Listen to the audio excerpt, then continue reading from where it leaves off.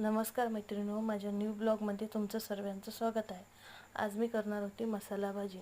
त्यासाठी मी एक कांदा कापून घेतला, एक टमाटर, थोडी अद्रक आणि लसूण मी हे पेस्ट काढून घेतली। त्यानंतर मी गंज ठेवला, त्यामध्ये तेल टाकलं, ते गरम झाल्यानंतर मी जिरं टाकलं, ते पेस्ट टाकून घेतली त्या गंजामध्ये। नंतर त्यामध्ये मी 1 चम्मच हळद टाकली, थोडी मोहरी टाकली आणि त्यामध्ये नंतर मी 1 चम्मच धनिया पावडर ॲड केली आणि ते व्यवस्थित परतून घेतलं।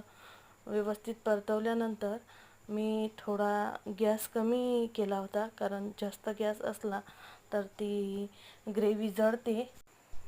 ग्रेव्ही थोडी परतून घेतल्यानंतर मी त्यामध्ये भुगुरा टाकला। आता तुमच्या इकडे काय म्हणतात काय माहिती, तिखट टाकलं आणि त्यानंतर मी ते थोडीफार शिजू दिलं, कारण शिजल्याशिवाय त्याला चव येणार नाही।